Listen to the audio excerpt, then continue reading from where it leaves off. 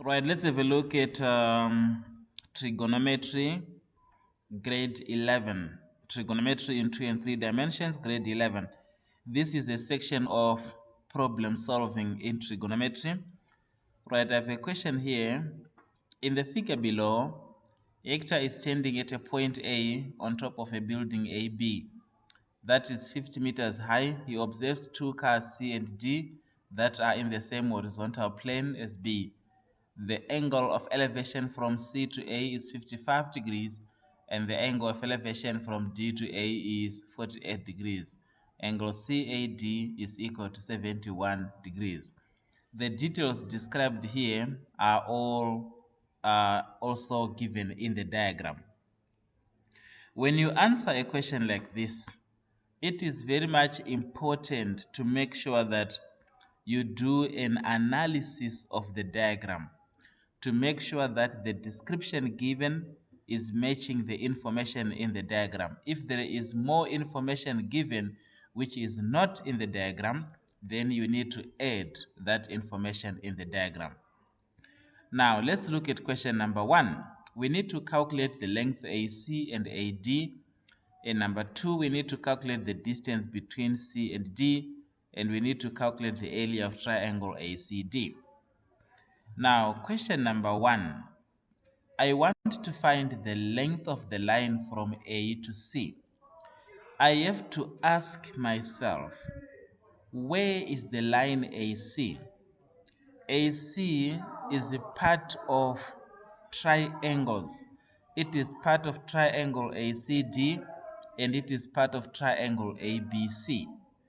Then after that, I also have to look at the information provided in those two triangles where AC is found. If we look at triangle ACD, all the sides of the triangle are not given. Therefore, it makes it impossible to use that triangle. But if you look at triangle ABC that I have labeled in yellow here, we notice that the triangle has dimensions given. So from A to B, we have a measurement there. It is equal to 50 meters.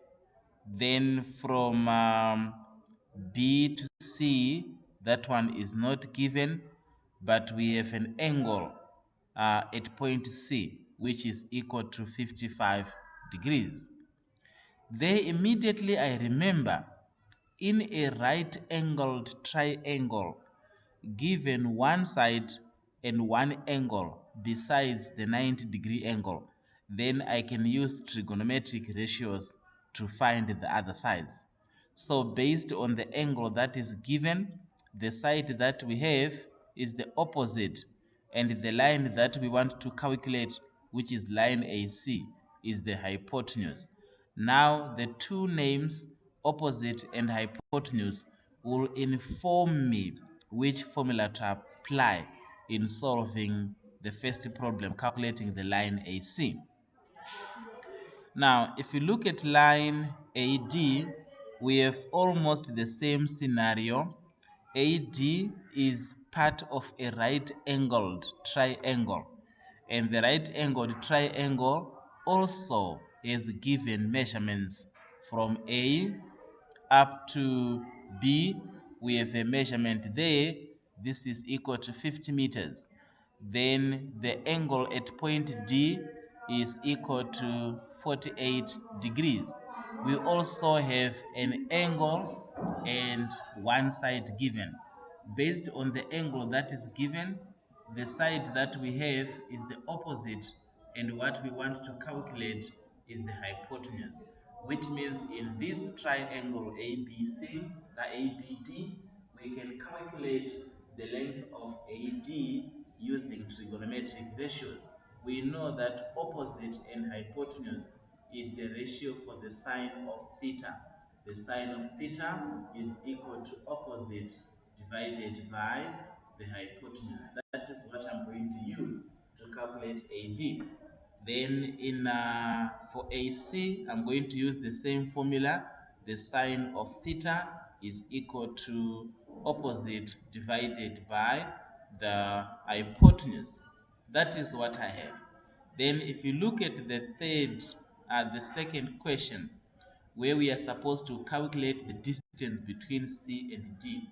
Now, after calculating the line from A to C and the line from A to D, we have an angle between those two lines, which means we will now have two sides and included angle. If you have two sides and included angle, then you can calculate the third side using the cosine rule. So answering a question like this comes directly from analysis of the diagram to make sure that you have got all the information that is needed in answering the question. Once you do that, it becomes easier to determine which formula to apply in solving the problem. So let's go ahead and do the calculations that are needed to get this answer. Right now that we have analyzed the diagram and we know what we have and what we need to calculate, we can now calculate our answer without any problems. We want to find the value of line AC in triangle ABC. In triangle ABC, I have highlighted my triangle in yellow here just to make it clear. In triangle ABC, we are given an angle and the opposite for that angle. So we can use the sine of 55 degrees. The sine of theta in a right angle triangle is equal to opposite of hypotenuse. The opposite is 50. The hypotenuse is the line AC that we want to calculate. Then after this, by cross multiplication, AC multiplied by the sine of 55 degrees is equal to 1 times 50. Then dividing both sides by the sine of 55, dividing the left by sine 55, and also dividing the right hand side by the sine of 55. This will give us the value of AC. AC is equal to 61,0. This is the value of AC rounded off to 1 decimal place. Then calculating the value of AD in the same way, we are using now triangle ABD. Triangle ABD. I have highlighted triangle ABD in my diagram using green. Triangle ABD, we can see that the line AB is equal to 50. The angle at D is 48. We also have the opposite given and we want to calculate the hypotenuse. So we are using the sine of the angle. The sine of angle 48 degrees is equal to opposite, which is 50, divided by hypotenuse. The hypotenuse is AD. Then by cross multiplication, AD multiplied by the sine of 48 is equal to 50. Then we divide both sides by sine 50. This is basic calculations.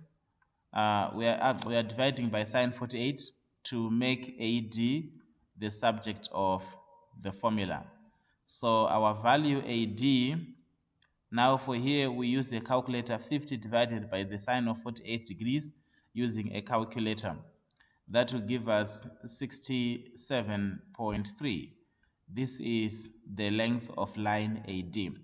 We have calculated line AC, we have calculated line AD using trigonometric ratios. Right, let's quickly have a look at question 2. Calculate the distance between the two cars, that is the length of CD. Now, if we express the size of triangle ACD in terms of the labeling there, triangle ADC, then taking line AC to be D, line AD to be C, and line CD to be A.